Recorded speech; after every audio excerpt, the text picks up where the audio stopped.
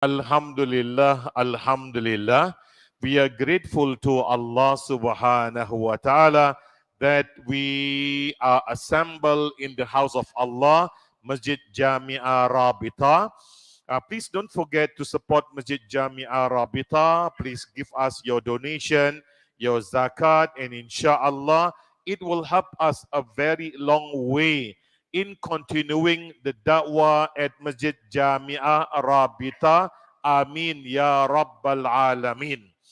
Brothers in Islam, I like to speak about few matters. Number one, with regards to when zakat was made mandatory. When Allah make wajib zakat upon the Muslimin. We knew when Nabi was in Makkah al-Mukarramah, there were only two rukun of Islam. Number one being the shahadat, ashhadu an la ilaha illallah wa ashhadu anna Muhammadan abduhu wa rasuluh. Then after that, before hijrah, Allah subhanahu wa ta'ala brought Nabi Muhammad on the night journey, what we call as the Isra and Mi'raj, and the Muslimin were given the second pillar of Islam to pray 5 times a day. Salat Subuh, Salat Zuhur, Salat Asar, Salat Maghrib, and of course Salat Isha. Brothers in Islam, while we are overzealous in making sure we pray Salat Isha and Tarawih in the month of Ramadan, please make sure we are also punctual in praying Salat Subuh, Zuhur, Asar, and Maghrib in congregation in the Masjid. Because our people became so obsessed with Tarawih until they treated Tarawih like fardu, And when some Masjid said you must book, people book for 1 month already. MashaAllah.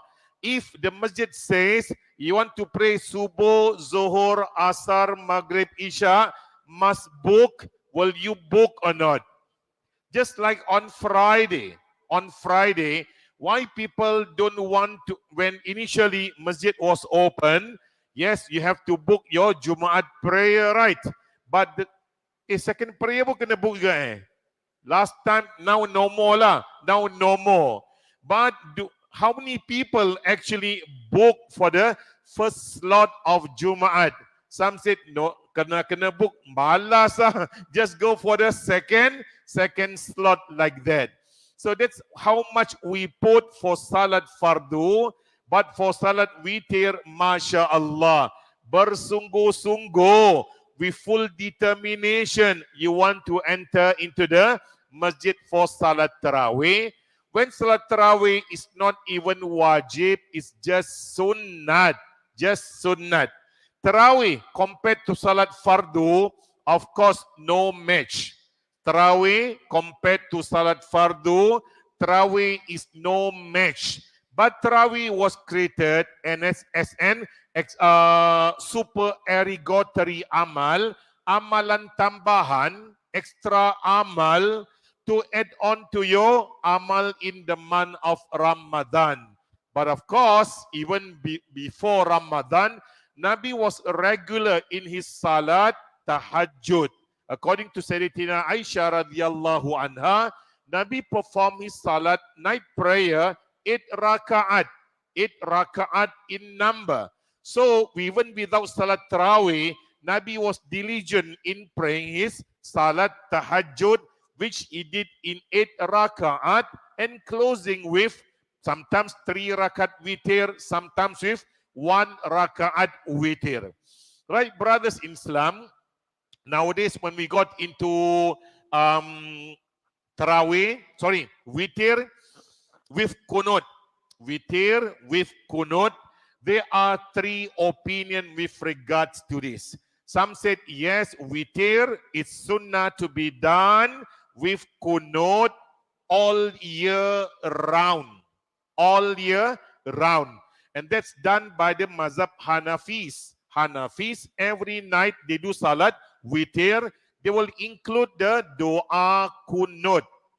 And in the mazhab of Shafi'i, You don't do witir, we do witir every night, but the kunut only starts in the middle of Ramadan. That's only in the mazhab of Shafi'i.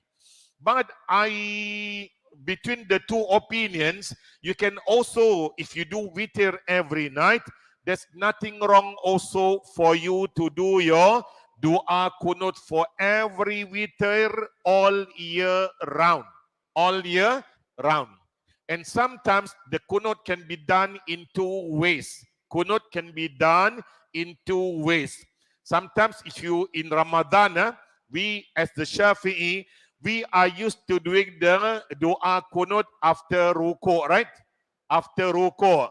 Ruku' then Sami Allahu liman hamida Rabbana walakal hamdu, then Allahumma hdina fi man hadait.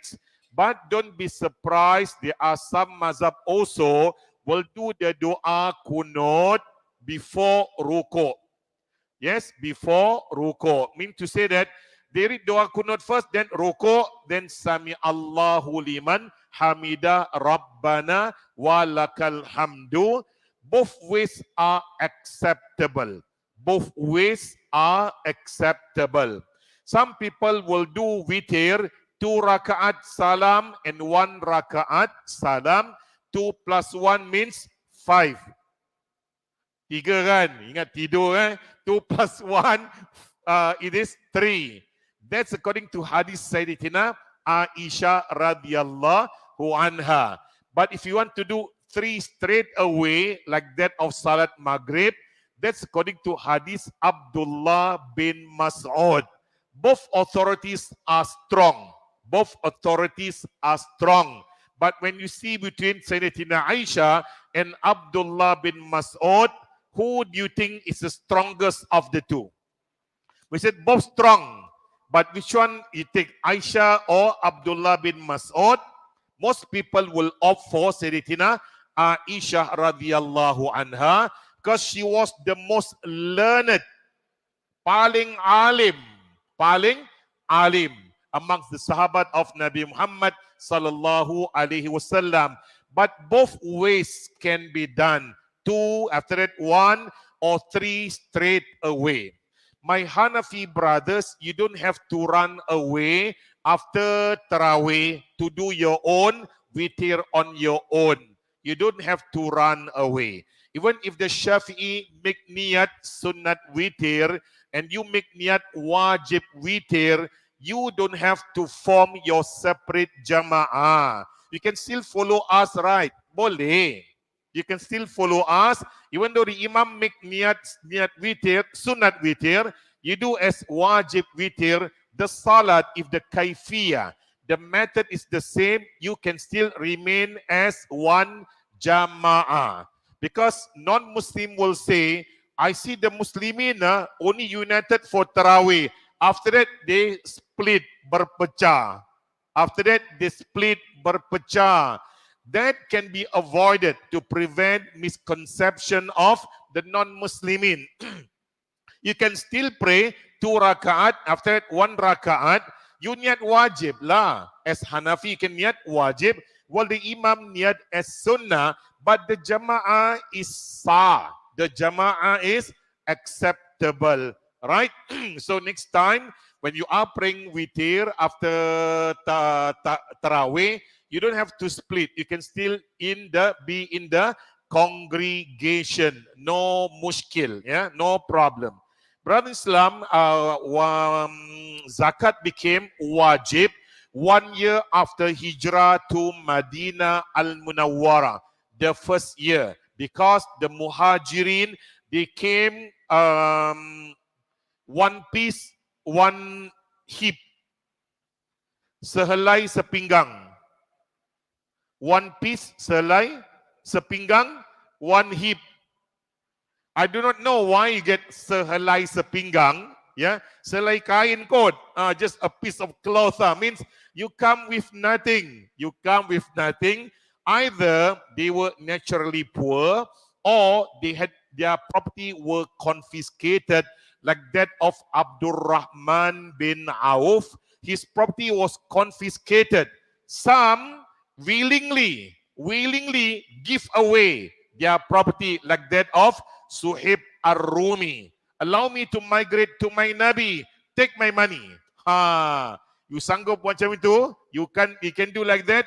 How much money? You said, Haji Hamid said he's got 400,000 in the bank. Take this 400,000. I just want to go out to see my Nabi. Can or not? Inside your heart said, tak berbalo ya, ya, not worth it. But for Suhaib Ar-Rumi, take. I just want to migrate. Don't kacau me, don't disturb me. Masya Allah. That's why when he came to Madinah Al-Munawwara, Nabi said, Ya Suhaib, what a beautiful, fantastic transaction. Jual beli yang luar biasa. You let go your money just to be able to migrate to Al-Madinah Al-Munawwara. By that time, when the first year after Hijrah, zakat was made wajib, the portion was not yet decided. Even Sa'ad ibn Rabi', the richest man of Madinah Al-Munawwara, offered his brother in Islam, which Nabi paired them. Nabi pair Abdul Rahman bin Auf and Sa'ad ibn Rabi', richest of Mecca, the richest man of Madinah, pair them together. But Abdul Rahman became so poor, Sa'ad ibn Rabi' still the reigning richest man in Madinah Al-Munawwara. Sa'ad ibn Rabi' said, oh my brother Abdul Rahman bin Auf. Before his name was Abdul Rahman bin Auf, his name was actually Abdul Ka'bah. Abdul Rahman, before Islam, his name was Abdul Ka'bah. Then Nabi changed to Abdul Rahman. Before that, Abdul Ka'bah bin Auf. Now Abdul Rahman bin Auf. Mana ada Abdul Ka'bah dah? All of us, we are the Abdullah, the slave of Allah subhanahu wa ta'ala. So, Sa'ad offered him half. He said, no brother, keep all your money and may Allah bless you. If somebody has got 2 million and want to give you 1 million, you take or you don't take. People here in Masjid Ar-Rabitah tak mau ya. I know you all are what? Very zuhud. You know what zuhud? Tak rakus dengan dunia. You're not hungry for dunia. You tak ambil kan? Haji Ahmad, you won't take Haji Ahmad. Haji Ahmad stay outside. I won't take Ustaz. Inside pucuk dicita ulam mendatang. Orang ngantuk disorong bantal. Sleepy person, you give them pillow, take lah and sleep lah. Sorry, it was me, not him. Yeah. Okay, brothers in Islam, Sa'ad Abdul Rahman was a man who had got great confidence in Allah. He said, keep your property. May Allah bless you. Just show me the way to the market. Every businessman, they are very versatile. Businessmen, they are survivor. They are fighter. They know how to survive. So he said, show me the path to the market. He was selling buttermilk. Apa buttermilk dalam bahasa Melayu? Susu campur butter. Buttermilk, susu campur butter. Selling door to door. Maybe he took on consignment. And months after that, he became another rich man of Madinah Al-Munawwara. Telling us that don't be sad. If you work hard, you fulfill the condition that Allah wants, inshallah you can become rich. Anybody who works hard and honest about it and ask dua from Allah, they can become wealthy, inshallah. Itu formula for Muslim and non-Muslim. Anybody who works hard, inshallah, they become rich, inshallah. But when you become rich, don't forget your obligations to Allah subhanahu wa ta'ala. Right, brothers? So what happened when Abdul Rahman bin Auf, Sa'ad ibn Rabi' offered him half. Only later on, Allah specified for cattle how much, for gold and for silver, for gold how much, etc., etc., etc. And then finally, Allah also decided who are the beneficiaries, what we call as the mustahiqun, orang-orang yang layak terima, and stated as 8 asnaf. 8 asnaf. Amongst the 8 asnaf, we can find one known as Ar-Riqab. Ar-Riqab means a slave. And for your information, the recipient need not receive all same. Tak mesti. Yeah. Like Salman Al-Farisi. That's why you only see his picture appearing after the Battle of Uhud. Because he only become free after the Battle of Uhud, after 3rd year after Hijrah. He was owned by a Jewish master. And because he was a slave, he can't participate in Badr and Uhud. He only participated in the battle of the trenches, Khandak. And Nabi asked for his opinion. And he suggested, well, in Farsi, when we are little, enemy plenty, we dig trenches to prevent them from crossing over to our side. And how Salman Farisi became free? He asked his master, let me go. And the master said, can, only if you pay me about approximately 4 kg of gold and 300 korma plant. 300 pohon korma. And that's a lot. But Nabi got zakat at that time and then pay the ransom. Was it ransom? Tebusan. Yeah, paid the ransom for Salman's freedom, 4 kg of gold, and that's a lot. And 300 korma tree, and that's a lot also. That's why the Sahabat were encouraged, come, go to the garden where Salman is working. Each of you will plant 1 tree. And Nabi also planted 1 tree, which is now known as Ajwa. There's another speculation about Ajwa. Some said the name of the korma is Ajwa. Some said it was taken from the name of Salman's son. Anak laki-laki dia nama Ajwa, so it was called as Ajwa. Some said it's naturally the name of a korma known as Ajwa. No doubt Ajwa has got a few virtues, like those who take 7 ajwa in the morning. I mean, if you do it regularly, 7 ajwa in the morning will be safe from poisoning and from black magic. Ustaz, ajwa mahal. How to buy every day, Ustaz? Takkan all money spent on ajwa, right? To prevent from black magic. Then you can still read what? Ayat Kursi, Surah Al-Fatihah, the 3 calls lah. Qul Wallah 3 times, Al-Falaq 3 times, An-Nas 3 times. Like even some dua, Rabbi a'udhu bika min hamazati syayatin wa a'udhu bika Rabbi ayyahdurun. A'udhu bika limatillahi tammati min syarri ma khalaq. Bismillahilladzi la yadhurru ma'asmihi syai'un fil ardi wala fis sama'i wa huwas sami'ul alim. But the 2 surah, especially for sihir, Al-Falaq and An-Nas, which was given to Nabi Muhammad sallallahu alaihi wasallam. But to break your fast, what korma is the best? If you can answer, I'll give you 2 tickets to Umrah. Not now, 50 years down the road if you are still alive. Hello, Radio 2. It's a type of korma known as rutab. Korma muda, young korma, the fresh one, the yellow color or the reddish color. Not the black one. The one is known as dried korma. Korma yang telah dikeringkan, sudah keringnya. The real one, Nabi love, will be rutab. If you go to Kuba, Masjid Kuba lah, I make dua that inshallah soon you all will be going to Madinah, Al-Munawwarah and Mecca to do Haji and Umrah. In Masjid Kuba, they are selling in the lorry, truck, rutab. Usually they are what? Chill, covered with ice. You eat, orang Melayu bilang nilu, gigi. Apa nilu? Malay call nilu, English say nelu. Sensitivity. Yeah, and then when you bite, like kelat, like kelat. Yeah, kelat. That's the best. Nabi preferred that. rutop to break your fast. But I do not know whether you can find it now.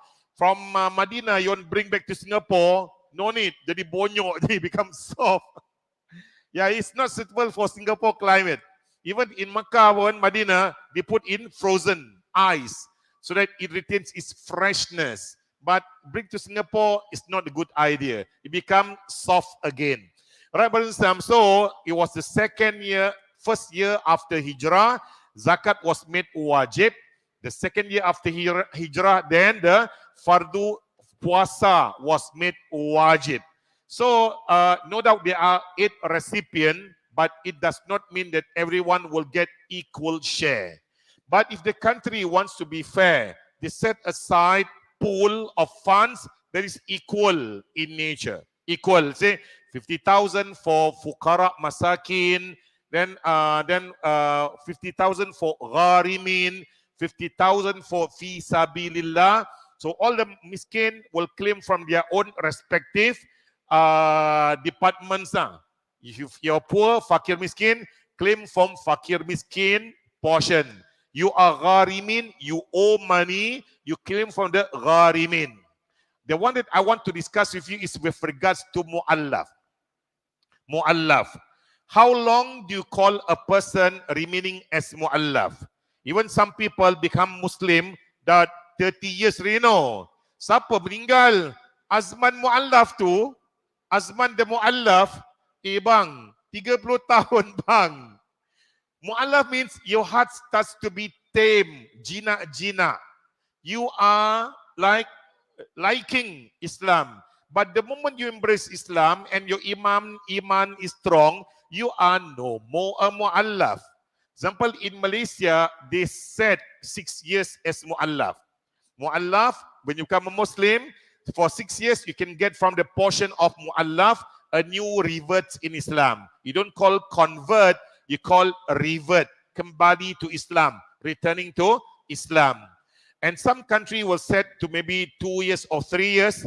But during times in Umar Khattab radiyallahu anhu, Umar tried to abolish the part of mu'allaf. He said, you want to become Muslim? Be a Muslim. Not because you are entitled to zakat. If you want to become Muslim, jadi Islam. Not because you want to get money from the zakat. Strict, eh? Yeah. So Umar also implemented some new things like zakat for horses. Zakat we know from camels, from sheep, from cow. Ayam tak ada bang. Ikan pun tak ada.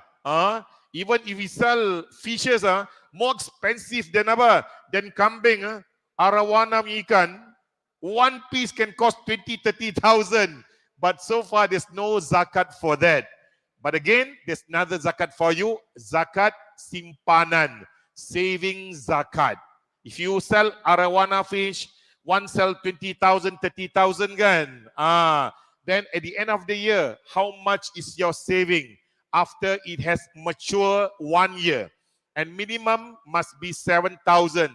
And you got 70,000. So 2.5% from 70,000. Zakat daripada apa? Saving or from perniagaan or from commerce, from selling and buying, from your transaction, right? But of course, the transaction that is halal only, you are allowed to give zakat. Transaction that is not halal, there's no zakat. In fact, to enter into such transaction is haram. Some people go online, they were trading on pork's belly. Perut beralik baya, perut khinzir, tak ada benda you nak buat bisnes eh. But you said, so good business, Ustaz. You see, well, if you have iman, your iman said no. There are many Islamic banks that you can enter that is riba free, gambling free, uncertainty free. There are some banks you can go. Last time I was advisor for HSBC on Islamic finance. So we must make sure that it is halal portfolios that we got involved with.